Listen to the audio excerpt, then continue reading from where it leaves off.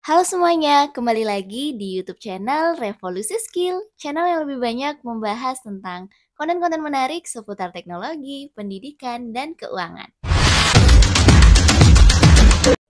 Di video kali ini kita akan membahas salah satu fitur keren di Excel namanya Pivot Table, teman-teman. Mungkin sebelumnya kalian udah pernah dengar ya. Oke, buat kalian yang masih bingung, pernah dengar cuma lupa-lupa ingat, atau yang belum tahu sama sekali nih tentang Pivot Table, aku jelasin sedikit ya. Jadi Pivot Table adalah salah satu fitur yang ada di aplikasi spreadsheet seperti Microsoft Excel yang memungkinkan kita mengelompokkan dan menganalisis data secara cepat dan mudah.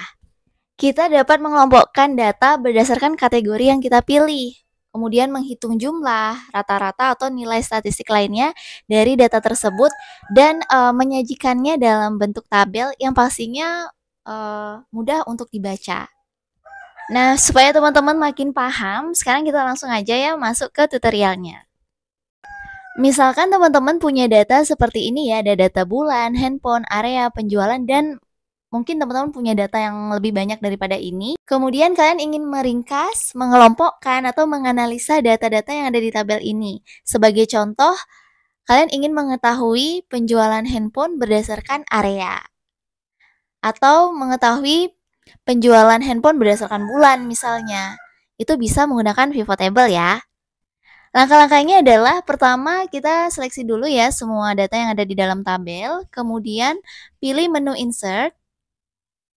Setelah itu pilih fitur pivot table. Kita klik, kemudian pilih from tabel atau range.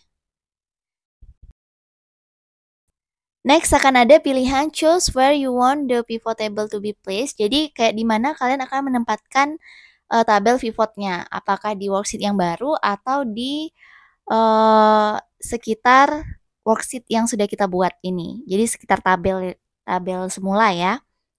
Nah, di sini untuk sementara kita pilih existing worksheet aja. Lalu untuk di location ini kita akan menempatkan posisinya. Jadi posisinya mau di sel yang mana gitu. Nah, misalnya di area sini ya, kita buat di sini. Nah, maka dia akan otomatis nih location-nya terisi. Lalu klik OK. Nah, jadi tampilan dari pivot table-nya seperti ini ya, teman-teman. Nah, di sini sudah terlihat ya beberapa data yang sudah kita seleksi tadi. Ada data bulan, handphone, area, dan penjualan. Nah, untuk menganalisa data-data ini, nanti kita akan masukkan ke filter, kemudian ke kolom, rows, dan values. Bagian filter itu bisa kita gunakan untuk memfilter data pada tabel. Misalnya kalian hanya ingin mengecek berapa sih penjualan di bulan tertentu. Kemudian kalau misalnya kalian drag data yang di atas ini ya, yang bulan, handphone, area, penjualan ke columns, maka dia nanti akan tampil sebagai kolom. Tapi kalau misalnya kalian drag data-data tersebut ke rows, maka dia akan tampil sebagai baris. Sementara untuk values, nah ini tergantung ya nilai apa yang mau kita lihat. Kalau dalam tabel kita ini datanya ya ada data nilai penjualan saja ya.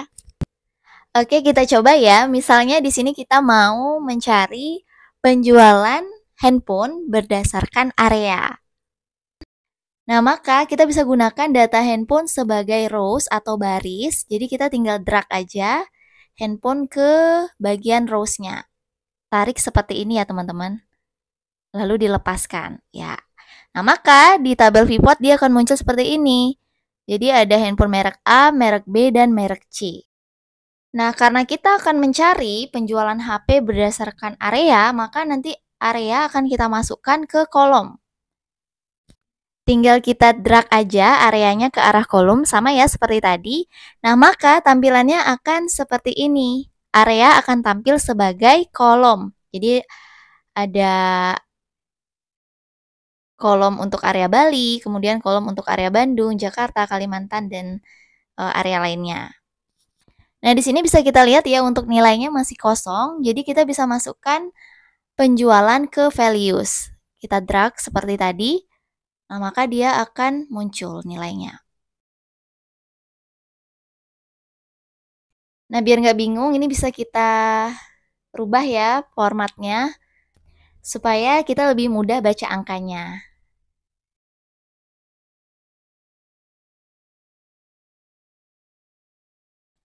Nah, dari tabel pivot ini kita bisa tahu penjualan handphone merek A di daerah Bali berapa jumlahnya. Nah, ini di daerah Bali 30 juta ya. Kemudian di Bandung 18 juta. Lalu di Jakarta 43 juta.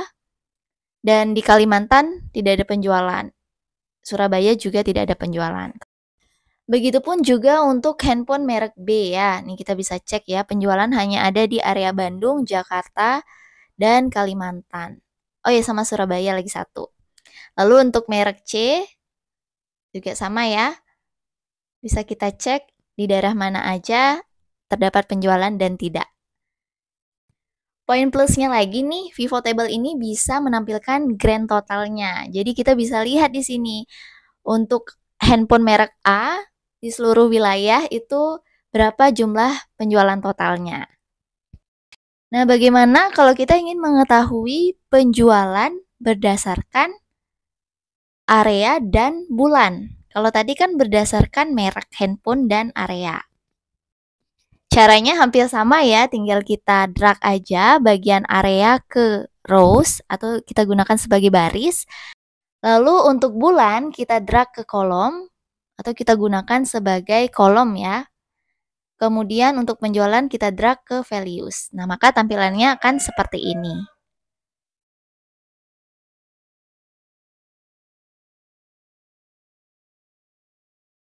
Berikutnya kita akan membahas untuk menu filternya. Kita bisa menggunakan filter ketika kita hanya ingin menampilkan sebagian atau beberapa informasi saja. Seperti ini ya. Di sini kita akan coba untuk memfilter data penjualan handphone. Jadi kita masukkan handphone ke bagian filter. Nah, maka dia akan muncul seperti ini. Nah, di bagian ini kalian bisa memilih mau menampilkan informasi untuk handphone merek apa saja. Apakah merek A, merek B, atau merek C. Nah, misalkan di sini kita mau nampilin informasi untuk penjualan handphone merek A ya. Maka tabel pivot akan menampilkan informasi sesuai dengan yang kita pilih. Atau kalau kalian misalnya ingin menampilkan informasi penjualan handphone merek B, nah tinggal dipilih lalu klik OK. Kemudian untuk merek C juga sama, kita pilih, lalu klik OK. Nah, maka tampilan informasi untuk penjualan handphone merek C akan ditampilkan. Selain itu, kita juga bisa memilih lebih dari satu data.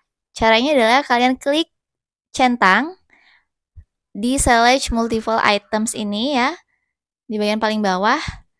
Maka nanti akan muncul kotak-kotak checklist seperti ini. Kalian bisa checklist langsung mau pilih yang mana. Misalnya di sini mau pilih handphone merek B dan C. Nah, tinggal klik OK. Maka yang ditampilkan adalah handphone untuk merek B dan C. Oke, sekian dulu tutorial kali ini. Semoga video ini dapat bermanfaat untuk kalian. Terus ikuti channel Revolusi Skill untuk update video terbaru. Thanks for watching guys. Jangan lupa like, comment, and subscribe.